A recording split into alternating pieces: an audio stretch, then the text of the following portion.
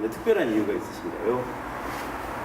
예, 그 특별한 이유라기보다도 제가 이제 원래 대학을 진학할 때 장식미술과를 가려고 생각을 했었어요. 그래서 고등학교 1학년 때는 장식미술과를 가려고 준비를 하겠다고 제 부모님께 말씀을 드렸고, 당시에 엄마가 여성도 그 전문직을 가는 게 좋겠다. 그리고 그 미술은 취미로 해라라는 얘기를 듣고 이제 제가 이과를 선택을 했고 이대 자연계로 들어갔는데 당시에 그 이대 자연계는 3학년 때 전공을 선택하게 됐습니다.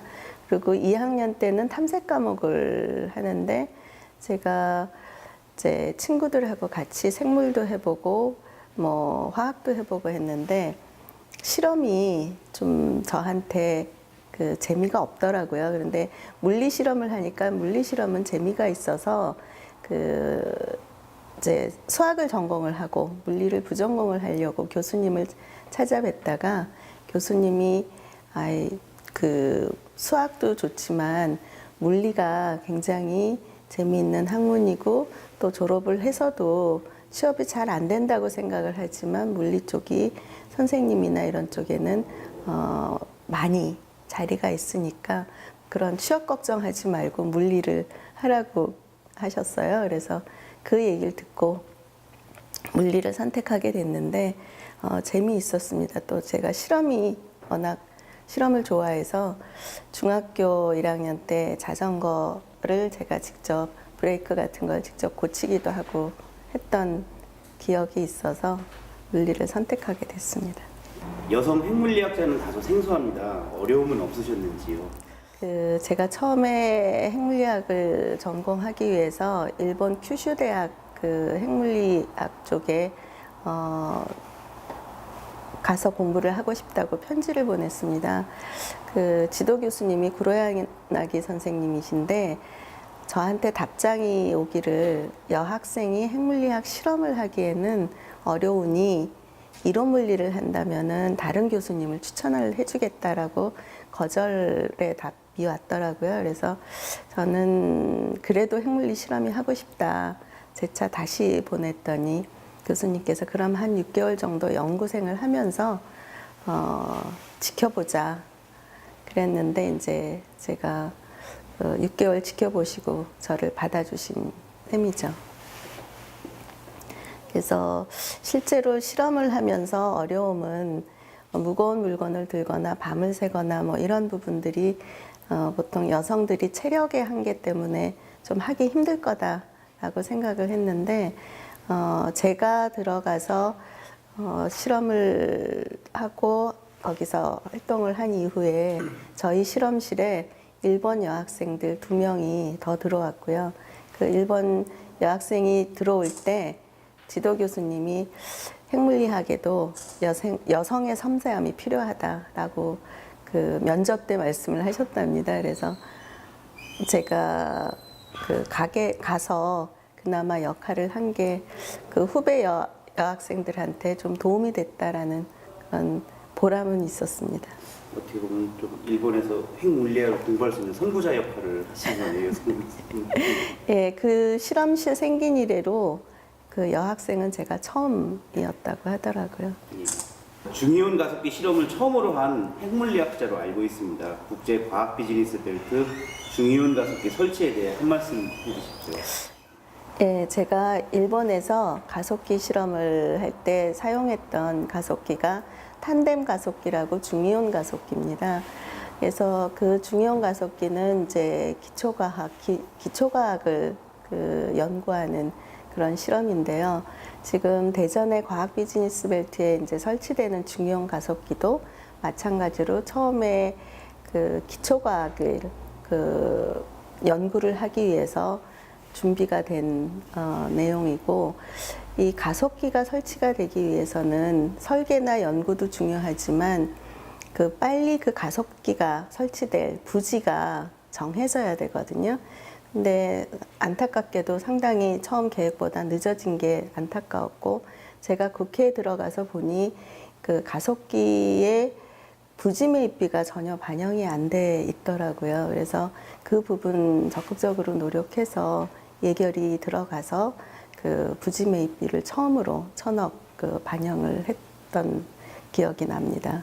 그래서 이 부지매입비가 왜 중요하냐면 가속기를 다른 데다가 임시로 설계해서 그 만들어 놓고 그거를 그 예비 실험을 하고 나중에 부지가 된 다음에 옮겨가면 제 성능을 다 내기 어려울 수가 있기 때문에 처음부터 같이 그 부지의 환경이라든가 가속기 설치할 그 위치라든가 이런 게 같이 가야지만 된다.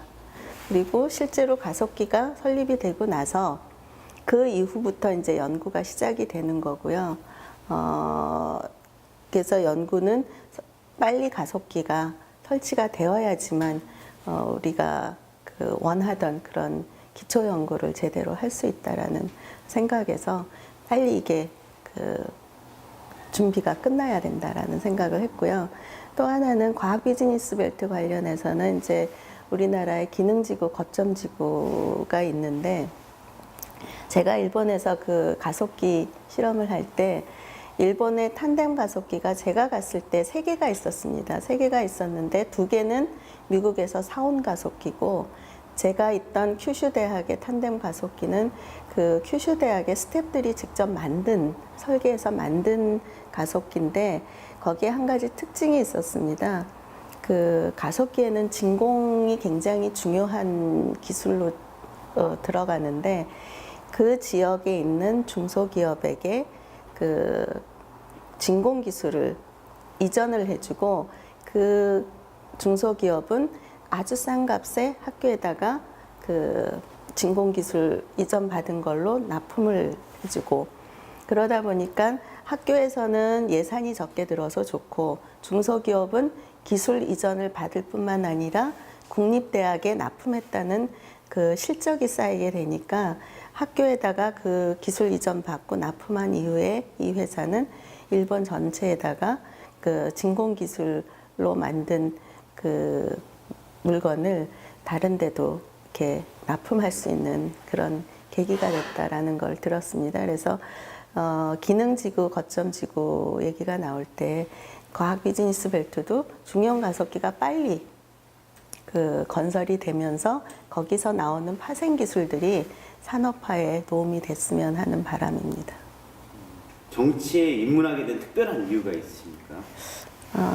정치에 입문하게 된 특별한 이유를 얘기하라면 사실 조금 갸우뚱하는데요. 사실 정치에 대해서 전혀 관심이 없다가 실제로는 여성과학기술인회라든가 뭐 정책, 과학기술 정책과 관련된 일들을 하면서 그 과학기술 정책이나 원자력 정책 그리고 여성과학기술인에 대한 정책 이런 부분에 관심을 갖고 활동을 했었는데 자연스럽게 제가 대한여성과학기술인회 회장을 할 때 지금 대통령께서 국회의원 시절에 2011년 11월 말에 그 과학기술과 관련된 토론회를 했습니다.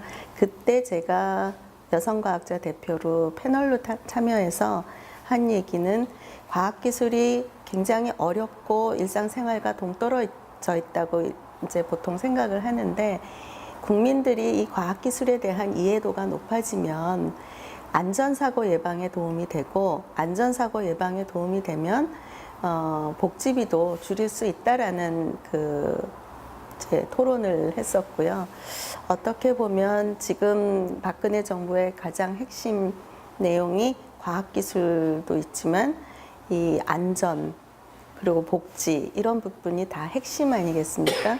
그리고 제가 에너지 원자력 쪽에 있으면서 에너지 정책에 대한 관심을 많이 갖고 있었는데 그 얘기를 할 기회가 있어서 자연스럽게 비례대표로 국회에 들어가게 됐고요. 질문 드리겠습니다. 물리학과 정치 전혀 어울리지 않는다는 생각이 듭니다. 정치를 해보니 어떻습니까? 예, 저는 이제 물리학과 정치라기보다도 이 연구하는 사람과 정치하는 사람은 그 절차나 프로세스가 같고 대상만 다르다고 생각을 합니다. 왜냐하면 이제 아까 말씀하신 것처럼 물리를 연구하는 사람은 대상이 자연을 이제 자연의 이치를 알기 위해서 연구를 하는데요. 연구하기 위해서는 이 환경에 그 어떤 문제점이 있는지 원인 분석을 해서 그 원인을 해결하기 위한 문제를 해결하기 위한 노력을 하는 거고, 정치라는 사전적인 의미의 정치를 보면 이 정치라는 게 이 국민이 잘 살게 하고 국가가 지속 가능 발전을 하게 하는 게 정치라고 사전적인 의미로 생각을 하는데요. 그러기 위해서는 어떻게 하면 잘 살게 할까, 어떻게 하면 계속 발전을 하게 할까 하는 원인 분석을 해서 그 문제를 해결하기 위한 노력을 하는 게 정치라고 생각을 합니다. 그래서 물리를 연구하는 거나 정치하는 거는 일맥상통한다고 저는 생각을 합니다. 새누리당 비례대표 1번에서 이제 지역 정치에 뛰어들려고 하십니다. 왜 험난한 길을 가시려고 하십니까? 예, 제가 비례대표 1번이 됐을 때는 이 과학계를 대표해서 또 여성을 대표해서 비례대표 1번이 됐습니다. 근데 비례대표라는 게 직능대표이기 때문에 이 과학계를 대표한다는 부분이 의미가 있었지만, 실제로 제가 현장에서 300명의 국회의원 중에서 현장에서 간 국회의원으로서는 그 연구계에선 저 한 명이더라고요. 그러다 보니까 아무리 국회의원 한 사람 한 사람이 입법기관이라 하더라도 혼자서 할 수 있는 일이 많이 부족하다라는 생각을 들었고요. 비례대표 4년만 끝나고 그만두면 제가 그동안 해왔던 일이 중단이 된다라는 생각이 들었습니다. 그래서 비례대표로의 그 과학계의 사람들이 좀 더 들어가기를 바라면서 저는 계속해서 지역구에서 그 활동을 하면서 시너지를 낼 수 있는 과학계 사람들이 더 많아질 수 있는 정치 쪽에 그게 필요하다는 생각으로 험난한 줄 알면서 또 새누리당의 가장 열악한 지역이 유성이라는 걸 알면서도 도전을 하게 됐습니다. 인생의 가치관에 가장 영향을 미친 책이 있습니까? 제가 어렸을 때 영향을 미친 책은 뭐 특별히 기억나는 건 없는데요. 제가 이 성인이 돼서 사회생활을 하면서 그 후배들한테, 지금 청년들한테 좀 읽어보라고 하고 싶은 책은 있습니다. 특히 저는 이제 여성과학기술인으로서 살면서 여학생들한테 해주고 싶은 말이 많이 있는데, Know Your Power라는 낸시 펠로시가 쓴 자서전이 있습니다.